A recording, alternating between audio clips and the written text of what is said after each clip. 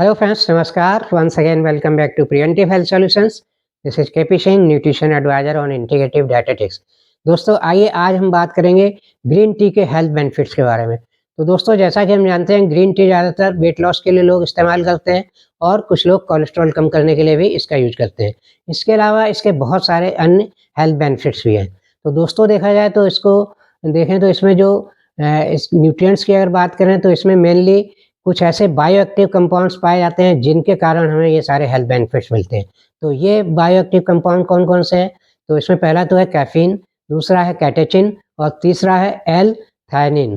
तो ये तीनों कंपाउंड्स ऐसे कंपाउंड्स हैं जो बहुत अच्छा एंटीऑक्सीडेंट का काम करते हैं और हमारे शरीर में कुछ ऐसे आप कह सकते हैं ये एक प्रकार के एडेप्टोजेनिक कंपाउंड के रूप में काम करते हैं। एडेप्टोजेनिक कंपाउंड का मतलब ये होता है कि कुछ ऐसे पदार्थ जो हमारे शरीर का भाग नहीं है, हमारे शरीर में नहीं पाए जाते हैं, लेकिन प्लांट्स में पाए जाते हैं, लेकिन ये अगर हमारे शरीर में जाते हैं तो हमारा शरीर इनको एक्सेप्ट करता है और हमारे शरीर में ये बहुत सारी केमिकल रिएक्शन को स्टिमुलेट करते हैं, जिससे कि हमें इसके हेल्थ बेनिफिट्स मिलते हैं।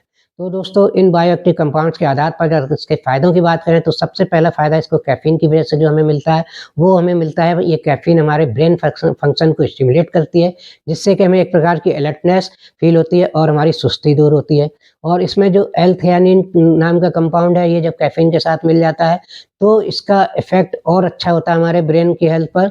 इसके कारण ये जो है हमारे जो ओल्ड एज के साथ जो ब्रेन में वीकनेस आती है, जैसे अल्जाइमर्स की बीमारी हो गई या भूलने की समस्या, डिमेंशिया की प्रॉब्लम हो जाती है या इस टाइप की कुछ अन्य प्रॉब्लम्स होती हैं, तो इसमें पार्किंसंस की डिजीज़ जैसे डेवलप होने लगती है। तो इस टाइप की प्रॉब्लम्स के प्रोग्रेशन को काफ़ी हद तक रोकती है ये ग्रीन टी और इस तरह की प्रॉब्लम से हमें बचाती है, अगर हम इसका रेगुलर इस्तेमाल करते हैं। तो ये इफ़ेक्ट जो है एल-थेयानिन का और कैफ़ीन के साथ ये थोड़ा हमारे जो कॉफ़ी से हमें कैफ़ीन मिलती है उससे थोड़ा हट कर है। कॉफ़ी से जो हमें एक प्रकार की अगर ज़्यादा पीते हैं तो ड्राउज़ीनेस की भी प्रॉब्लम या सेडेशन की प्रॉब्लम आ सकती है, वो इस टाइप की प्रॉब्लम ग्रीन टी के पीने से नहीं आती है। तो ये डिफ़रेंस है दोस्तों कॉफ़ी से। और दूसरा फ़ायदे की बात करें तो दोस्तों ये हमारी कार्डियोवैस्कुलर हेल्थ के लिए बहुत अच्छी होती है, क्योंकि इसमें जो कैटेचिन नाम का कंपाउंड पाया जाता है, ये हमारे ब्लड कोलेस्ट्रॉल को बहुत अच्छे से कंट्रोल करता है 2 तरह से। क्योंकि जो बैड कोलेस्ट्रॉल, एलडीएल कोलेस्ट्रॉल है, इसका मैक्सिमम भाग तो हमारा लीवर ही प्रोड्यूस करता है। करीब 70 से 80% जो कोलेस्ट्रॉल पाया जाता है हमारे ब्लड में, वो हमारे लीवर से आता है और 20% कोलेस्ट्रॉल करीब बाहर खाने-पीने की चीज़ों से आता है। तो ये कैटेचिन क्या करता है, बाहर खाने-पीने की चीज़ों से जो कोलेस्ट्रॉल मिल रहा है, उसके एब्ज़ॉर्प्शन को कम करता है फर्स्ट लेवल पर और सेकंड लेवल पर ये हमारे शरीर के अंदर लीवर में काम करता है। यानी कि जो हमारा एलडीएल कोलेस्ट्रॉल ब्लड में बढ़ा हुआ है, उस कोलेस्ट्रॉल को ये लीवर को स्टिमुलेट करता है कि वो बैड कोलेस्ट्रॉल को बाइल जूस में ज़्यादा से ज़्यादा कन्वर्ट करे। तो जब लीवर बैड कोलेस्ट्रॉल को, एलडीएल कोलेस्ट्रॉल को बाइल जूस में ज़्यादा से ज़्यादा कन्वर्ट करता है, तो ये लेवल हमारे ब्लड में मेंटेन रहता है, ज़्यादा नहीं बढ़ने पाता है। और इसका एक और फ़ायदा मिलता है, चूँकि ये बहुत अच्छे एंटीऑक्सीडेंट होते हैं ग्रीन टी में, तो ये हमारा जो बैड कोलेस्ट्रॉल है, ये ऑक्सीडाइज़ होके जो हमारे प्लाक के रूप में जमा होता है नसों के अंदर, तो एंटीऑक्सीडेंट होने के कारण ये इस टाइप के कोलेस्ट्रॉल को जमा होने से भी रोकता है। तो और ये हमारी जो अक्सर क्लॉटिंग की टेंडेंसी कभी-कभी बढ़ जाती है लोगों की, ब्रेन क्लॉट या कहीं भी नसों में किसी प्रकार का क्लॉट फँस जाता है, क्लॉटिंग हो जाती है, तो उस टाइप की एंटी क्लॉटिंग प्रॉपर्टीज़ भी होती हैं इसमें एंटीऑक्सीडेंट होने के कारण, तो इस टाइप की समस्या से भी बचाती है। तो इस तरह से हमारी ओवरऑल कार्डियोवैस्कुलर हेल्थ के लिए ग्रीन टी बहुत अच्छी होती है और यानी कि हमारी हार्ट हेल्थ को बहुत सपोर्ट करती है।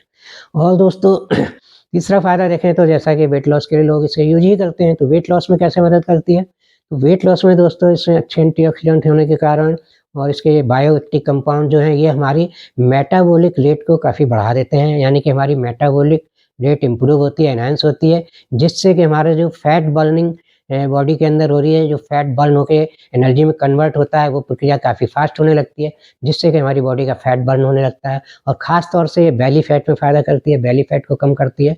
और दूसरा जो फैट, विसरल फैट जिसे हम कहते हैं, जो हमारे अंदरूनी अंगों के चारों ओर कुशनिंग का काम करता है, वो फैट भी जब एक लिमिट से ज़्यादा बढ़ जाता है तो बजाय फ़ायदे के वो हमें नुकसान पहुँचाता है, तो उस टाइप के फैट को भी ये कम करने में सक्षम है। तो इस तरह से दोस्तों फैट लॉस और वेट लॉस में ये काफ़ी मदद करती है ग्रीन टी, अगर आप रेगुलर लेते हैं तो।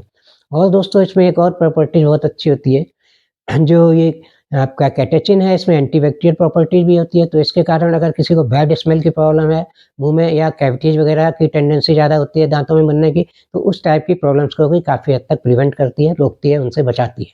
और कैटेचिन की वजह से और इसका जो एल-थैनिन कंपाउंड है इसकी वजह से और अन्य एंटीऑक्सीडेंट कंपाउंड्स की वजह से इसमें एंटी कैंसरस प्रॉपर्टीज़ बहुत अच्छी होती हैं। इसके रेगुलर इस्तेमाल से आप कई प्रकार के कैंसर से अपने आप को बचा सकते हैं। और ये कोई कैंसर का डायरेक्ट ट्रीटमेंट तो नहीं है, लेकिन कैंसर होने से आपको काफ़ी हद तक बचाती है और कैंसर के ट्रीटमेंट में भी एक तरह से सपोर्ट ही करती है। और दोस्तों देखें तो इसका एक और फ़ायदा मिलता है कि ये इसमें चूँकि एंटी इन्फ्लेमेटरी एंटीऑक्सीडेंट प्रॉपर्टी होती हैं, तो ये डायबिटीज़ और आर्थराइटिस जैसी प्रॉब्लम के प्रोग्रेशन को भी रोकती है। यानी कि डायबिटीज़ में जो है ये इंसुलिन सेंसिटिविटी को बढ़ाती है, इंसुलिन रेजिस्टेंस को कम करती है, जिससे कि हमें डायबिटीज़ को कंट्रोल करने में हेल्प मिलती है। और इसी तरह आर्थराइटिस में भी जो एक तरह की डिजेनरेटिव प्रॉब्लम है, ऑक्सीडेटिव स्ट्रेस बढ़ने से भी हमारी घुटनों की ग्रीस घिसती है, कम होती है। तो इसमें भी ये इस टाइप की समस्याओं को कंट्रोल करती है, इनको होने से काफ़ी हद तक रोकती है। तो इस तरह से दोस्तों ग्रीन टी हमारी हेल्थ के लिए बहुत बेनिफिशियल है, लेकिन हमें इसको कैसे लेना चाहिए और इसमें क्या सावधानी रखनी चाहिए? तो सबसे पहले तो इसको बहुत ज़्यादा बॉयल नहीं करना चाहिए। इसको थोड़ा-सा गर्म पानी में आप डालेंगे तो इसका एक्सट्रैक्ट निकल आता है, बहुत ज़्यादा बॉयल करने की ज़रूरत नहीं है। और दूसरा फ़ायदा दोस्तों, दूसरी प्रिकॉशन लेनी चाहिए, इसको हमें कब लेना चाहिए? कुछ लोग इसको खाली पेट ग्रीन टी मॉर्निंग में लेते हैं, तो सूट भी करती है कुछ लोगों को, लेकिन कुछ लोगों को खाली पेट ग्रीन टी सूट नहीं करती है।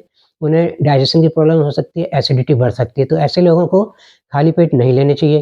तो ग्रीन टी लेने का सही समय क्या है? ग्रीन टी लेने का बेस्ट टाइम है कि आप मील्स के इन बिटवीन लीजिए। मतलब खाना खाने के 2 घंटे पहले या खाना खाने के 2 घंटे बाद ले सकते हैं इसको, तो आपको ये मैक्सिमम बेनिफिट देगी। खाने के तुरंत बाद अगर लेंगे, तो ये आपके अन्य जो न्यूट्रिएंट्स हैं खाने से मिलते हैं, उनके एब्ज़ॉर्प्शन को रिस्ट्रिक्ट कर सकती है। तो इस तरह से थोड़ा गैप रखना चाहिए। और देखा जाए तो इसको ग्रीन टी को हम कितनी क्वांटिटी में लें, तो नॉर्मली 2-3 कप तो ले सकते हैं आराम से और मैक्सिमम 5 कप, मतलब 3 से 5 कप तक ग्रीन टी आप डेली ले सकते हैं सेफ़ली। इससे आपको काफ़ी बेनिफिट मिलेंगे। 5 कप से ज़्यादा नहीं लेनी चाहिए, फिर नुकसान भी पहुँचा सकती है आपको। जैसा कि कहा जाता है, excess of everything is bad. तो दोस्तों इसके 3 से 5 कप लेंगे तो इसमें आपको कैफ़ीन का भी डोज़ ओवरडोज़ नहीं होगा, क्योंकि जो मैक्सिमम कैफ़ीन का डोज़ है पर डे का सेफ़ डोज़ वो 400 मिलीग्राम है। तो ये ज़रूर आपको ध्यान रखना चाहिए, करीब 5 कप से ज़्यादा ग्रीन टी नहीं लेनी है। और एक बहुत बड़ा जो आजकल मार्केटिंग का फंडा चला है, डिकैफ़ीनेटेड ग्रीन टी आ रही है मार्केट में। तो इसके चक्कर में आप बिल्कुल ना पड़ें, क्योंकि मार्केट में तो रोज़ नई-नई अपॉर्च्युनिटीज़ तलाशी जाती हैं, क्योंकि इतना ज़्यादा कॉम्पिटिशन है। कंपनीज़ हमेशा कुछ साइंटिफिक फैक्ट्स को ऐसे इस्तेमाल करती हैं अपने प्रोडक्ट में, इस तरह से प्रमोट करती हैं एक नई अपॉर्च्युनिटी के रूप में, जैसे कि लोगों के बीच में थोड़ा-सा भ्रांतियाँ फैली हुई हैं कि कैफ़ीन नहीं लेनी चाहिए, कैफ़ीन नुकसान करती है बॉडी को। तो जो इस टाइप की भ्रांतियाँ ज़्यादा फैल गई, तो कंपनी ने कहा हम डिकैफ़ीनेटेड ग्रीन टी आपको प्रोवाइड करेंगे। तो डिकैफ़ीनेटेड ग्रीन टी बनाते समय जो प्रोसेस होता है, केमिकल प्रोसेस, उसमें डिकैफ़ीनेटेड करने के चक्कर में इसके अन्य जो न्यूट्रिएंट्स हैं, बहुत अच्छे एंटीऑक्सीडेंट्स हैं, वो भी भारी मात्रा में कम हो जाते हैं, निकल जाते हैं। और इस टाइप की डिकैफ़ीनेटेड ग्रीन टी पीने से आपको नाम मात्र के लिए ही फ़ायदा मिलता है, उसका कोई फ़ायदा नहीं है। तो इसके चक्कर में ना पड़ें।